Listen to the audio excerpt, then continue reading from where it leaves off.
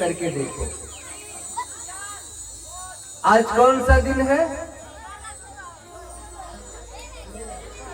बृहस्पति। थोड़ा सा कोई आके बच्चे लोगों को थोड़ा डांट करके शांत करा दीजिए। एक आदमी आइए, 2-4 बच्चे को कान पकड़िए और शांत कराइए, नहीं तो हटा दीजिए इन लोगों को। एक कथा में बड़े बाधक बन रहे हैं। नहीं सुनना है, पीछे जाके खेलो। और माताओं से भी निवेदन है कि कथा में बोलने वाला नरक जाता है। याद रखना, हम आपके घर के हैं, हम महात्मा बन के नहीं आते यहाँ। हम तो सबको अपना परिवार कहते हैं, हम तो सच बात बताएंगे ही। कथा में आओ तो मौन धारण कर लो, बच्चे को लाओ, उसे शांत कराओ, तब कुछ मिलेगा, नहीं तो कुछ नहीं मिलेगा। आए थे हरि भजन को, ओटन लगे कपास। इसलिए बिल्कुल शांत होकर के। आज दिन है गुरुवार, तो गुरुवार किस भगवान का दिन है? अरे गुरु भगवान का दिन है। गुरुर् ब्रह्मा गुरुर्विष्णु गुरुदेव महेश्वर, गुरु साक्षात पर ब्रह्म, तस्मै श्री गुरुवे नमः।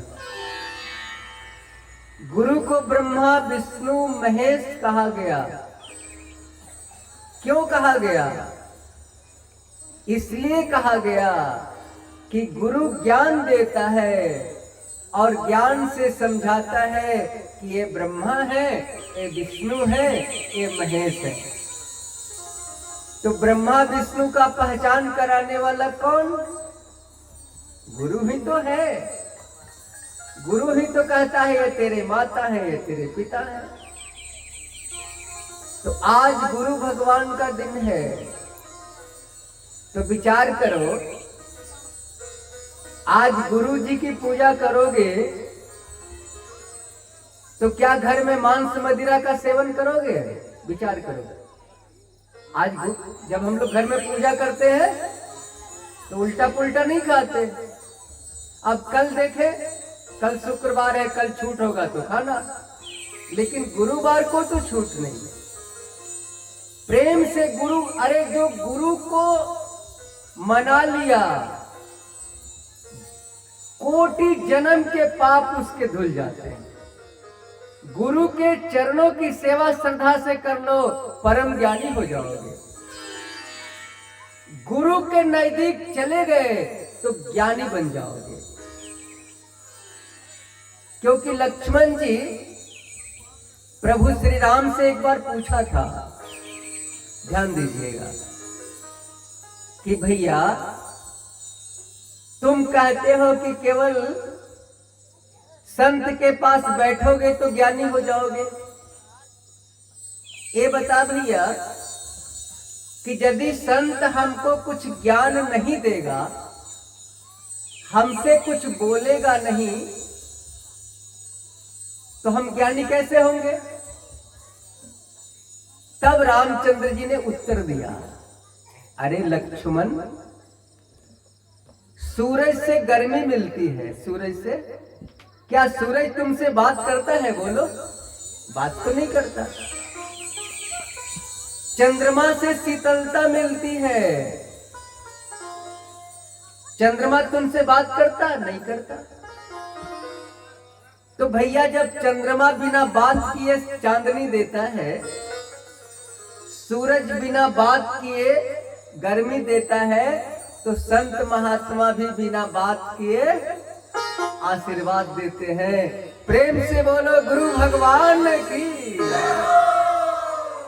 इसीलिए गुरु की केवल सेवा करो, चिंता में मत रहो कि गुरु ने हमें पढ़ाया नहीं। थोड़ा सा और इक्को को कम कीजिए, थोड़ा और कर दीजिए, एकदम डिट्टो आवाज चलाइए। तो एकदम डिट्टो में सुनिए, क्या मिक्स करना है इसको। तो लक्ष्मण को समझ में आ गया, हाँ भैया आपने तो ठीक ही कहा, हाँ लक्ष्मण, केवल गुरु के पास बैठना शुरू कर, तेरा कल्याण हो जाएगा। तो आज गुरु भगवान का दिन है। हमारे गुरु हैं वो शांति कुंज हरिद्वार, उनका आश्रम है। हम तो कहते हैं आप उस आश्रम में जाके देखो एक बार। शांति कुंज में, हरिद्वार में शांति कुंज नाम का आश्रम है। स्टेशन पर उतरिए, हरिद्वार स्टेशन, वहां पर शांति कुंज की गाड़ी लगी हुई रहेगी, तो गाड़ी में बैठ जाओ, एक पैसा नहीं लगेगा, आश्रम चले जाओगे। गाड़ी नहीं मिलेगी तो ऑटो टोटो में बैठ जाओ, 30 रुपया लेगा, पहुंचा देगा। याद रखना, हिंदुस्तान का पहला आश्रम है, रहना खाना सब फ्री। क्या सीखना है फ्री में सिखाया जाएगा। कपड़ा बनाना सीखना है, ये जो कपड़ा हम पहने हैं ये हमारे आश्रम में बना हुआ कपड़ा है। कपड़ा बिनना सिखा देगा लोग, मोमबत्ती अगरबत्ती प्रवचन करता बना देगा, ज्योतिष बना देगा, कर्मकांडी बना देगा, सब फ्री में।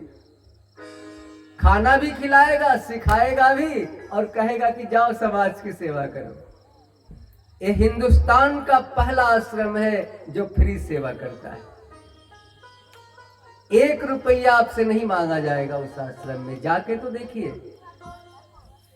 अरे उस आश्रम का हमारे गुरुजी ने विश्वविद्यालय बनाया है,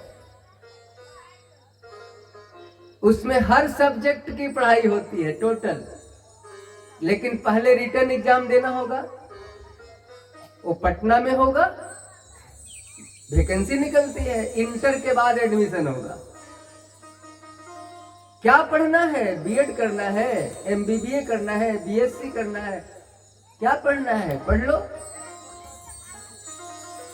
यदि इंटरव्यू में निकल गए, रिटर्न में निकल गए, तो दूसरे कॉलेज में 1 रुपया लगेगा, तो वहां 4 आना में पढ़ाई हो जाएगा।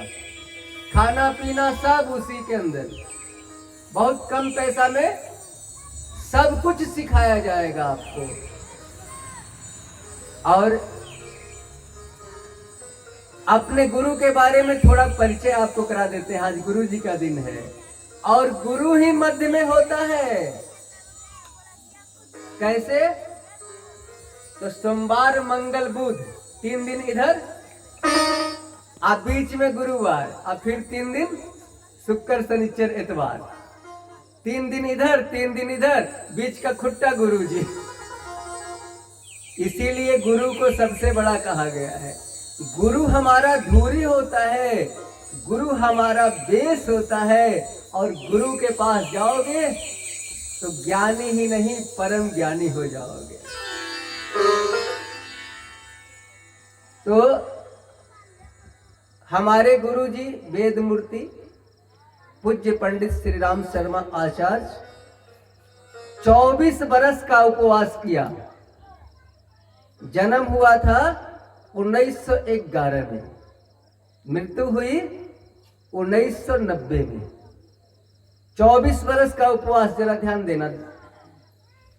क्या खाते थे 24 घंटा में? तो गाय को जौ खिलाया जाता, और जौ गोबर में निकलता, और उसी जौ को सुखा करके आटा बनता, वो गाय के गोबर से निकाल के, और उसी की रोटी और गाय के दही का माठा 24 घंटा में एक बार।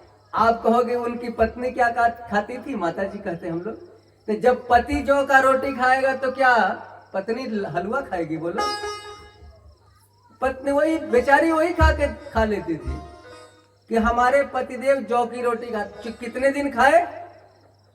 24 बरस खाए, 24 बरस। सोचो, इसीलिए कहते हैं कि बहुत बड़ा तपस्वी